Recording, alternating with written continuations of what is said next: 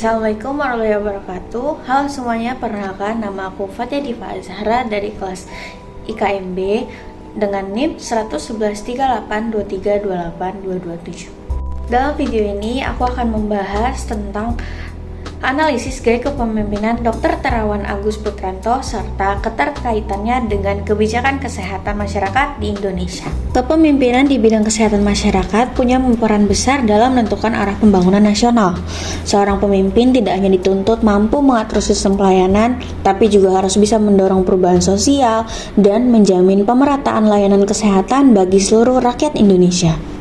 Salah satu figur yang menarik untuk dianalisis adalah Dr. Terawan Agus Putranto, yaitu Menteri Kesehatan Republik Indonesia di periode 2019-2020. Beliau dikenal sebagai dokter radiologi dengan latar belakang militer, disiplin dan tegas, dan berpikir strategis, terutama saat menghadapi masa krisis seperti pandemi COVID-19.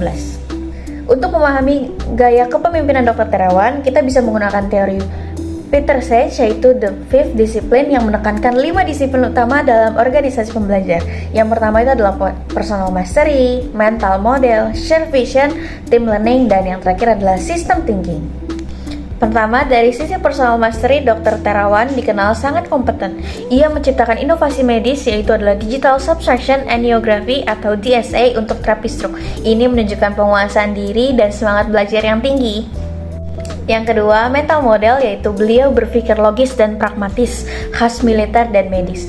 Tapi penekanan ini kadang membuatnya tampak kurang terbuka pada pandangan ilmiah yang berbeda. Ketiga, dari share vision, Dr. Terawan berupaya menjaga ketenangan publik di masa pandemi. Tapi visi ini belum sepenuhnya melibatkan semua pihak seperti akademisi dan tenaga medis.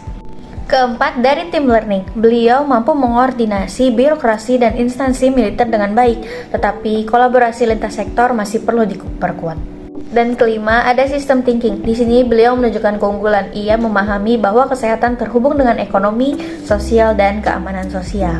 Adapun beberapa hal yang membentuk gaya kepemimpinan Dr. Terawan, antara lain yaitu adalah latar belakang militer yang menanamkan disiplin dan ketegasan, lalu pengalaman klinis yang membentuk empati dan profesionalisme, tantangan birokrasi serta politik kebijakan publik, dan tekanan pandemi COVID-19 yang menuntut keputusan cepat, dan tidak lupa nilai spiritual yang membuatnya tetap humanis dan optimis. Kebijakan yang paling menonjol adalah penanganan awal COVID-19.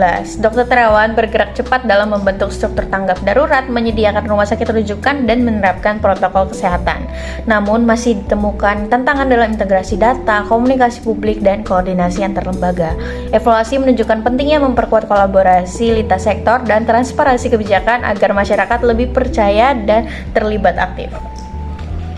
Siap terus, saling memantau, saling mendukung, dan itu demi kepentingan semua rakyat. Ya. Secara keseluruhan, Dr. Terawan adalah sosok pemimpin yang inovatif, disiplin, dan adaptif. Beliau unggul dalam penguasaan pribadi dan berpikir sistematik, namun masih perlu memperkuat komunikasi publik dan kolaborasi tim lintas profesi. Sekian yang bisa saya sampaikan mengenai analisis gaya kepemimpinan Dr. Terawan dan keterkaitannya dengan kebijakan kesehatan masyarakat di Indonesia. Saya ucapkan terima kasih banyak. Wassalamualaikum warahmatullahi wabarakatuh.